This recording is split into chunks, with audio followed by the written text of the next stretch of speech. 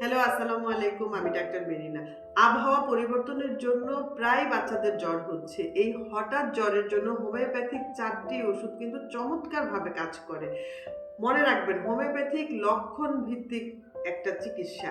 আপনার বাচ্চার সাথে যদি এই ৪ টি ওষুধের কোনো লক্ষণ মিলে যায়, তাহলে আপনি এই মোড়কটা দেখে যেকোনো হোমিও দোকান থেকে নিয়ে এসে কিন্তু আপনার বাচ্চার চিকিৎসা আপনিই করতে পারেন।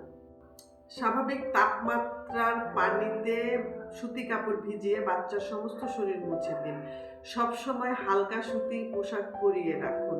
বাচ্চাকে পর্যাপ্ত পরিমাণে ঘুমোতে দিন। জ্বর কমানোর জন্য বাচ্চাকে ভারী ল্যাপ কাঁথা দিয়ে মুড়িয়ে রাখবেন না, এতে করে শরীরে তাপ বের হতে পারে না। বাচ্চাকে খাবারের সময় কখনোই জোর করবেন না, এর প্রতি আগ্রহ হারিয়ে ফেলবে। এই সময় বাচ্চাকে তরল খাবার দেবেন, ডাবের পানি, ফলের রস, পাতলা সুজি, বার্লি এবং পর্যাপ্ত পরিমাণে পানি খাওয়াবেন। অতিরিক্ত তেল চর্বিযুক্ত খাবার, বাহিরের বাজারজাতকরণ, প্যাকেট জাতীয় খাবার, আইসক্রিম এবং কোল্ড ড্রিঙ্কস একদমই দিবেন না।